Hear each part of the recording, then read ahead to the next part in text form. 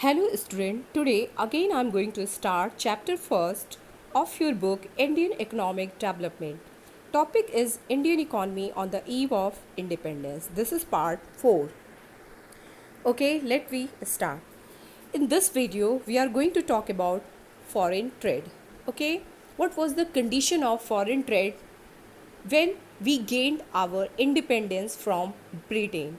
Okay, but before discussing this topic, I want to tell you that the sole purpose of Britishers that I have written here, the sole purpose of British colonial rule in India was to reduce the country into feeder economy for Great Britain's rapidly expanding modern industry base.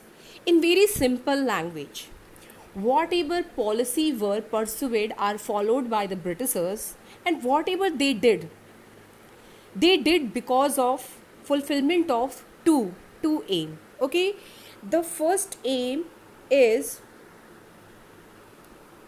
to get raw material. Okay student, to get raw material,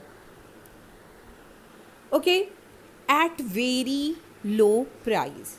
And the second aim was to sell their product, to sell their product. These are the two basic aim. For its fulfillment they pursued whatever you are learning in this chapter. Okay, when the Britishers came in India, they are having two purpose. Okay, first is to purchase raw material at very low cost or low price, and second thing, to sell their product in Indian market. Why they are having these two aim?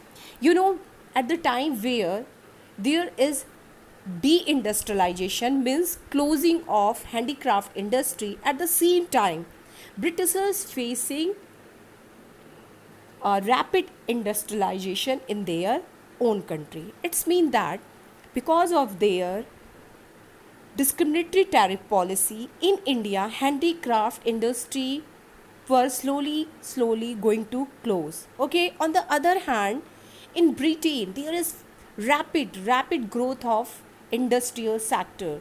Okay, they are starting new machine, they are starting every time new industrial unit.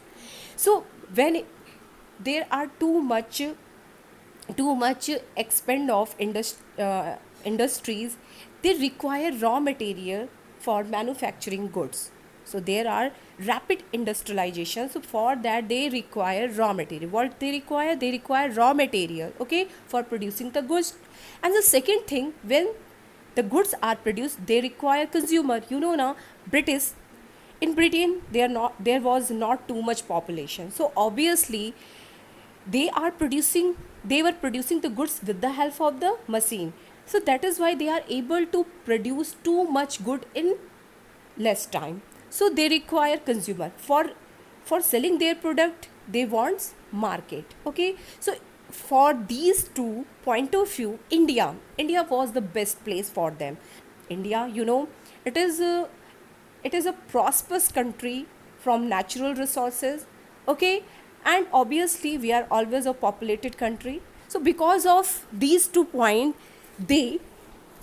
they came India. And that is why in the beginning, when you open your NCERT book, now there was given a quotation, there is given a quotation of Victor Alexander, and he told that if the empire lost any other part of its dominance, we can survive, but if we lose India, the sun of our empire, remember, the sun of our empire will have set.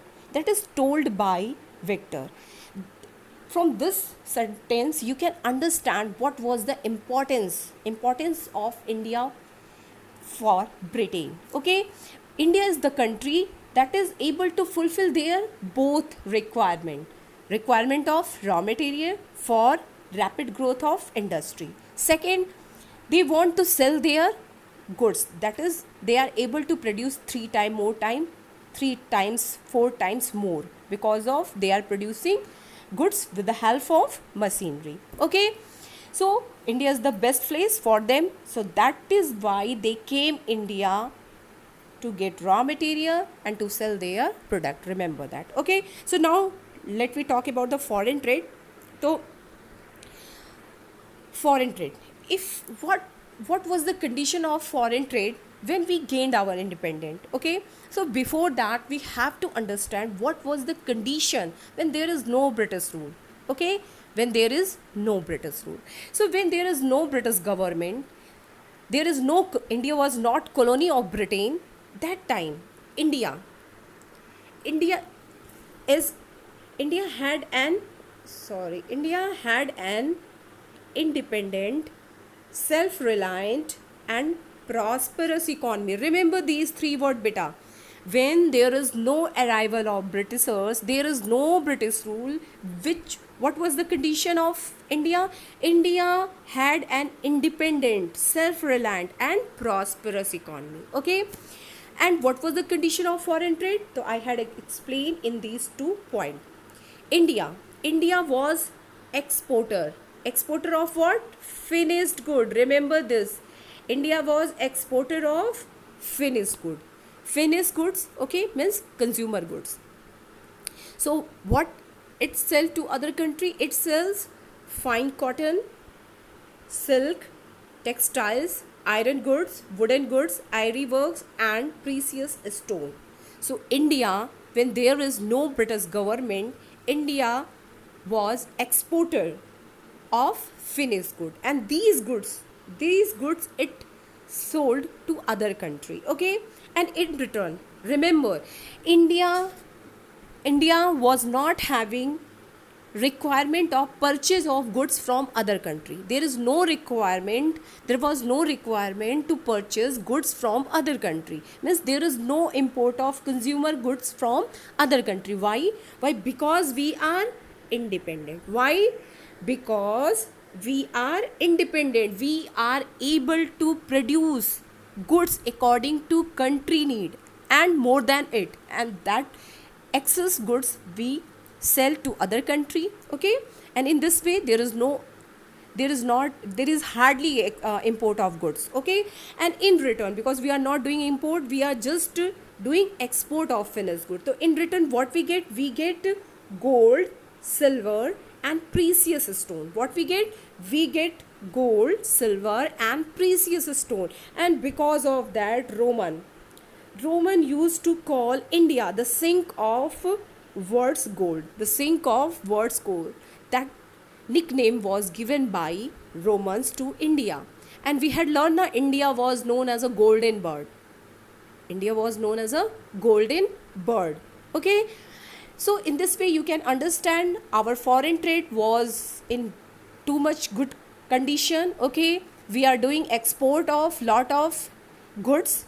Okay, handicraft industry was our pride. Okay, and for textile, for cotton, we are worldwide famous because of its fine quality. Okay, and we are not having requirement of purchasing goods from other country. Why? Because we are independent. We are able to fulfill whatever goods we require. Okay, so in this way, this is the condition of foreign trade, and because of that we are known as a golden bird. We are known as the sink of world's gold. This is the condition of pre-British India. Now what happened when Britishers came India? So let me understand. When Britishers came India, their aim, I had told you now, they were having two aims. First, to get raw material, and second, to sell their product. And for that they decided to destroy Indian industrial sector. And Indian industrial sector means what? Handicraft industry. So for that they adopted the policy of discriminatory tariff policy. I had told you in previous video. What is discriminatory tariff policy? There was no tax when British traders came India to purchase raw material. They have to pay no tax. Okay, when they came, yani British traders came India to sell their product, again they have to pay no trade, means no tax. It's mean that British traders are free to export raw material. They are free to import their product, to sell their finished good. They have to pay no tax at any time, at the time of export as well as at the time of import. On the other hand side, Indian traders have to pay 200 times, 300 times tax. Okay, and because of that the price of Indian goods become too much. Okay, suppose the price of the price of X good is 2000. Okay, and they charge the tax of 4000, and in this way the price of commodity become 6000. And this price was so much that the general people of other country were not able to purchase Indian goods. In this way, Indian traders lose their market within the country and outside the country, because they have to pay tax within the country also, and when they are selling their product outside the country. So this is known as a discriminatory tariff policy. Discrimination means what? When we are having different behavior with different people. Okay, so this was the policy that is adopted by Britishers. Its result is that we find two things about India when we gained our independence. When during the British rule, the India that before the British, that is exporter of finished good, and it is independence, so no requirement of import, hardly import of goods. Okay, but now India, when Britishers rule in India, brought an end to it. Means this situation, exporter of finished good, in return they get lot of silver coins, and because of that we are known as a golden bird. But now, because of British rule, this situation came to an end. Okay, now what was the condition during the British period, and when we gained our independence, what was the condition of Indian foreign trade? India become a net exporter. India become a net exporter of what? Raw material. India become a net exporter of raw material, and importer of British finished good. Remember, before the British rule, we are exporter of finished good, but now we are exporter of what? Raw material, primary product. Okay, and that time we are not doing any import, but now we are importing what? British goods, British product. We are purchasing British products for our needs, our consumer goods need. So now the condition has totally changed. Okay, before the British rule, we are prosperous, we are independent, we are self-reliant. Okay, we don't depend upon other countries for our consumer good. Okay, and from the trade we are getting lot of silver, lot of gold, and because of that we are known as a golden bird. Okay, but when there is British rule, what happened? India become the exporter. India become the net exporter of raw material, and where we are not doing any import, now we started to do the import of British finished good. Okay, how it happened? It happened with the help of the discriminatory tariff policy that is adopted by the colonial government. Now, this discriminatory tariff policy not only destroyed handicraft industry, our industrial sector, and there is started to the condition of no industrialization. Okay, means close. The condition is that ki our handicraft industry were started to close. Now its impact is also on our foreign trade. Okay, what was impact? We are going to learn this policy's adverse impact on structure, composition and volume of India's foreign trade one by one. Let we start. Let us discuss it. Okay, the state of India's foreign trade during the British rule, okay, is going to be discussed under these three subtopics. So first topic is composition of foreign trade. Composition of foreign trade is related to types of goods. Types of goods that were exported and imported. Okay, remember that. Type of goods that were exported and imported. Composition is related to type of goods, which type of goods we are exporting and which type of goods we are importing. That is known as a composition of foreign trade. Okay, student. Now, what was the condition of composition of foreign trade? Means which type of goods we are exporting? We are exporting primary product. We are exporting primary product. Okay. And what we are importing? We are importing finished British good. So that was the composition of foreign trade. Composition of foreign trade is related to type of export, type of goods that were exported, and type of goods that were imported. So which type of good we are exporting? We are exporting primary good. And which type of goods we are importing? We are importing finished British good. Okay. Now the second heading is direction of foreign trade. So direction of foreign trade is related to those countries to whom we are having trading relation. Means in this topic we are going to talk for whom we are exporting and for whom we are importing. So at that time there is not Indian government. Which government we are having? We are having British government. So obviously British government is going to put restriction. Okay. So first Indian trader and producer have to sell their product to Britain. Okay. And they have to purchase also from Britain. So this is monopoly control of Britain rule. Okay. So here what we find? Monopoly control of British rule. Okay, we are doing 50% export and import from Britain and just 3 or 4 countries like Sri Lanka, Iran, that those countries we are having trading relation. And because there is British government, so obviously they are going to put restrictions so that we are not going to freely trade with other countries. First we have to sell raw material to whom? Britishers. Okay, if something left, then we are going to sell it to China, to Sri Lanka, to Iran. Okay. Okay, same way if we are going to purchase finished good, to whom we have to purchase? We have to purchase to Britain first, then to any other country. In this way there is monopoly control of Britain. In the third heading we are going to learn about the generation of export surplus. So this is also known as a drain of India's wealth during British rule.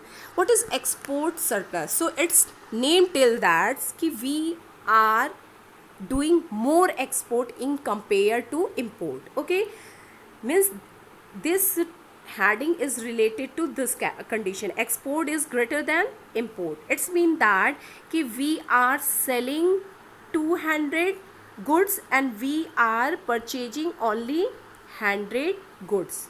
Okay, so suppose we are purchasing goods worth 100 rupees and we are selling goods worth 200 rupees. In this way we are earning 100 rupees as surplus. So that is the gain from from the trade. We are selling goods worth 200 and we are purchasing goods worth 100. So in this way we are doing? We are gaining 100 rupees, and this 100 rupees that is gained by the export, that is not used in favor of Indian people. It is used in favor of British people. Okay, why? Because we are having British government. Which government we are having? We are having British government. That is why this is known as a drain of Indian wealth during the British rule. Drain means what? Drainage system, you know now? Okay, Nali. Okay, so what happening? Our wealth means whatever earning we are doing by the export, that is not used on us, but that is expended on Britishers. So that is why it is known as a drain of India's wealth. Okay, let me understand it one by one. So first of all, composition of foreign trade. Okay, so composition of foreign trade, I had told you now, it is related to which type of good were exported and which type of goods were imported. Okay, so we are exporting Which type of good? Primary good. We are exporting primary products are raw material. Okay, and what we are importing? We are importing finished good from whom? Mainly to Britain. Okay, now with the adoption of the discriminatory policy by the British, India became an exporter of primary products such as raw silk, cotton, wool, sugar, indigo, jute, and importer of finished consumer goods like cotton, silk, and woolen cloth, and capital goods like light machinery produced in Britain. So here you can see the composition of foreign trade has had totally changed. Before the British rule, we are exporting finished good. We are exporting finished good, and there is no requirement of import because we are independent. But after British rule and during the British rule, because of following discriminatory tariff policy, we become what we become? We become exporter of primary product and importer of British goods. So that was the composition of foreign trade. In simple line, we are the exporter of primary product and importer of finished good. Okay, now next topic, direction of foreign trade. So direction of foreign trade is related to trading partners to whom we are exporting, to whom we are importing. Okay, that is known as a direction of foreign trade. Okay, so here you can see that Britain maintained monopoly control over India's export and import. As a result, more of half of the India's foreign trade, yani 50%, okay, half of the India's foreign trade was restricted to Britain and rest were allowed with the few country. Remember, only beside Britain we can have trading relationship with few country like Sri Lanka, that is known as a Ceylon, China, Iran, Persia. That time it is known as a Persia. So few countries only our Indian traders were allowed to do the trade with these few countries. First we have to give priority to British trader. If we are going to sell our primary product, okay, then we have to sell to whom? First to British trader. Okay, if something were left, then we are allowed to sell it to Sri Lanka, China, and Iran. Okay, and same way, if we are because of deindustrialization, we are not self dependent. Okay, now we become dependent upon other country for completion of consumer goods. Okay, for need of consumer goods. So in this case, if we want to purchase consumer goods, so first to whom we have to give priority? First we have to give priority to British trader and then these country. So that is the direction of foreign trade. In one line, British have monopoly control on India's foreign trade. 50% trade is done with the Britain. 50% trade, foreign trade was done with Britain. We are exporting 50% with Britain. We are importing 50% with Britain. Okay, and just few countries were allowed. If Indian traders want to do the trade, then only few countries were allowed like Sri Lanka, China, and Persia. So this is the direction of foreign trade. Okay, now let me understand. Okay, now how Britain is not so the distance between India and Britain is not very it is not very near. Okay, there is too much distance between Britain and India, but there is a turning point in Indian history also and in Britain history also, when there is opening of Suez Canal. Okay, when there is opening of Suez Canal, this is a turning point for both, because when there was opening of Suez Canal, okay, then it took very less time when traders are trading between India to Britain. Okay, and transportation cost also became less. Okay, time, it is time consuming. It is not going to take so much time before as it is taking when there is no British Canal. Okay, so this, what is this Suez Canal? This Suez Canal is an artificial, this Suez Canal is an artificial waterway running from north to south across the stumps of Suez in northeastern Egypt. It connects port set on Mediterranean Sea with the Gulf of Suez and an arm of the Red Sea. Remember, it is not a natural waterway, it is an artificial waterway that Britain constructed so that they can easily reach to India, and they can do the trade in very less time and with less transportation cost. This these photo this photo is taken from your NCERT book. Okay, here you can see before the Suez Canal, which waterway we follow. British followed this waterway. In this way they reach to India. Okay, now this is your Suez Canal. So now how they came, this is United Kingdom, so they came in this way. Okay, how they came, they followed this line. Okay, so you can understand it reduces time duration as well as transportation cost, and in this way it become a turning point for both Britishers also and Indian also. In this way, it was very comfortable for British traders to come to purchase raw material and to met finished good, and again came India and to sell it. Okay, before the Suez Canal, it takes time.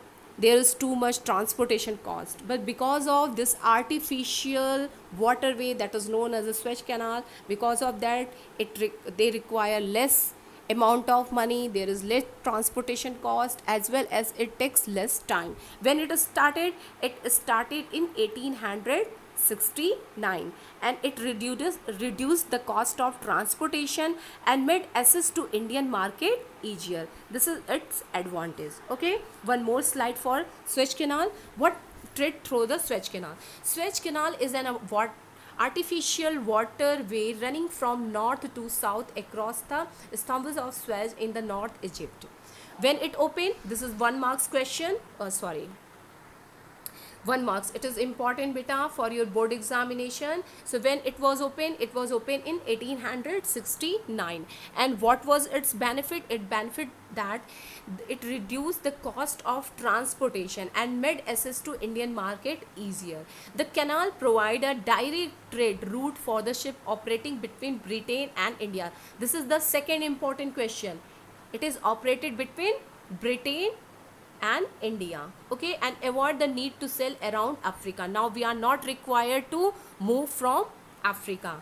Strategically and economically, it is one of the most important waterway in the world, and in this way Britain were successfully rule here more than 200 years, and they exploited our natural resources. They converted our prosperous independent economy on dependent on Britain, and net exporter of raw material, that was net exporter of finished good. So Suez Canal has very important role in this. Okay, now next topic, generation of export surplus, that drain of Indian wealth during the British rule. Throughout the colonial period,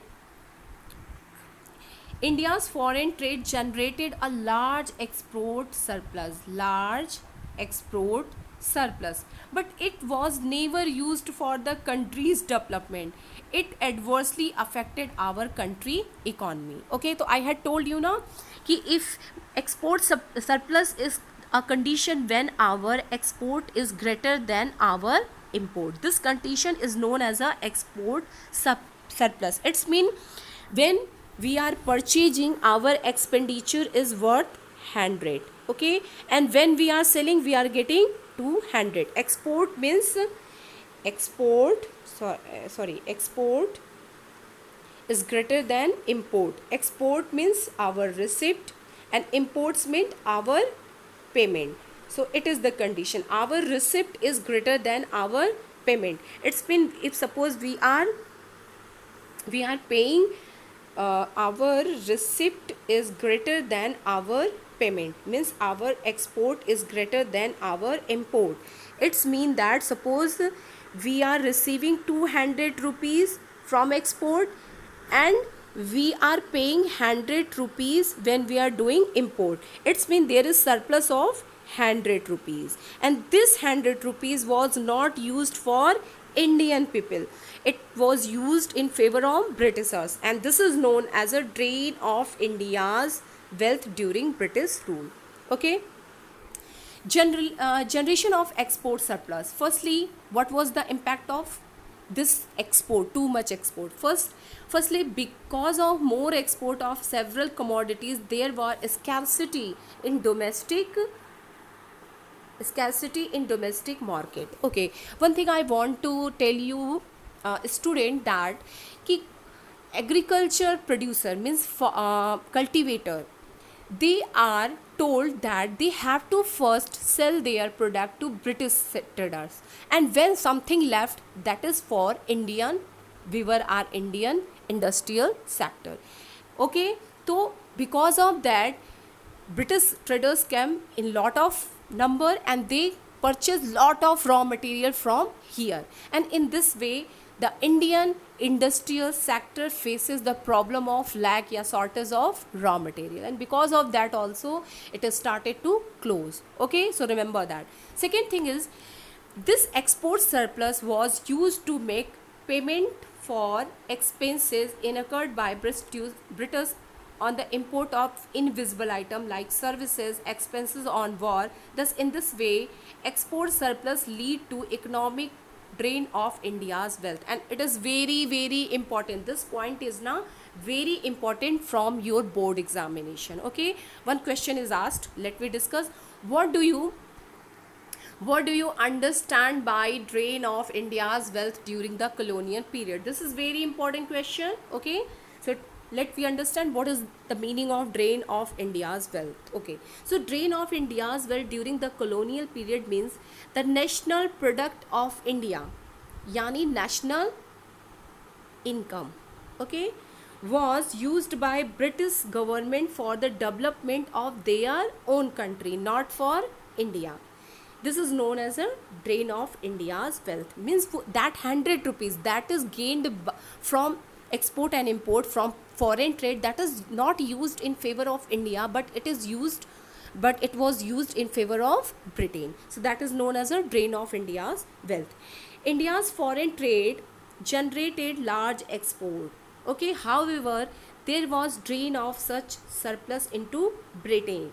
India's export was used where it was used to make payment for expenses incurred by an office set up by the colonial government in Britain. Whatever office setup is done in Britain for accommodation, for the infrastructure, whatever expenditure is done now, they expend there. That money is used there. Okay, second, to meet expenses war fought by the British government. You know now, there was World War First, there was World War Second. So there are huge money was expended on these two wars. So they use these export surplus on fighting during this war. Okay, now to import invisible goods, they uses this money when they are importing invisible item means services, okay, that you can't see when they are transporting from one place to another, like banking system, shipping. Okay, so these are known as invisible item.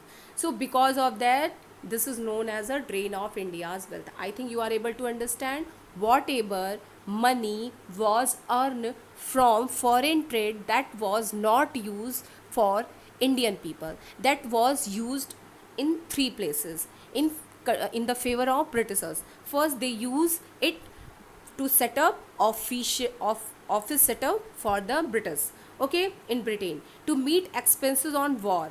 Third, to import invisible items, means whatever earning is done by foreign trade that is not used for Indian people. That is why it is known as the drain of India's wealth. Okay, so this topic had over. Okay, now just uh, in one page we can understand it, what was the state of foreign trade. So first we find ki during the British rule, when we India become net exporter of what? Net exporter of raw material and importer of finished good. Finished good from where? Basically Britain. Okay, and why it is possible? Why it is possible? With the help of the opening of Suez Canal. It is a turning point in history of both. Okay, when there is systematic deindustrialization, at the same time in Britain there is rapid industrialization. So opening of Suez Canal is a turning point. Okay, it was started when? In 1869. Okay, and what it did? It did reduction in the cost of transportation. Okay, so this is 1 marks question, this is your 1 marks question. Okay, now second thing we come to know about the foreign trade, that Britishers monopoly on foreign trade means Indian trader were restricted to trade with Britishers, means our cultivator have to sell their agricultural product raw material first to whom? First to Britishers, and if something left, that is for Indian traders. Okay, now if something like they are, if they want to sell it outside the country, so few countries are allowed like China, Persia, Sri Lanka. Okay, so Britain maintained monopoly over India's export as well import. As a result, 50% of India's foreign trade was restricted to Britain. Third thing we come to know about drain of India's wealth, means earning whatever we earn from foreign trade, means export surplus. In one line, export surplus, remember this word. This when the export surplus was used by Britishers in their own favor, not for the welfare of Indian people. They expend this money where? They expend this money on 3 point: for administrative expenses, to import individual items, and to expenses of war fought by Britishers. So these are the things about the foreign trade during the colonial rule. This is the condition of foreign trade on the eve of independence. I think you are able to understand 3 important things about our foreign trade. First is, during the British rule, we become net exporter of what? Net exporter of raw material and importer of Britain finished good. Okay. Second thing, 50% export and import we done with Britain, and just few countries were allowed to do the trade. Okay. Now, drain of India's wealth. That time export is too much in compared to import. So whatever earning is done by this trade, that is not used in favor of Indian people, on the welfare of Indian people, but it is used where? For administrative expenses, for expenses of war, to import invisible items. Okay student, thank you.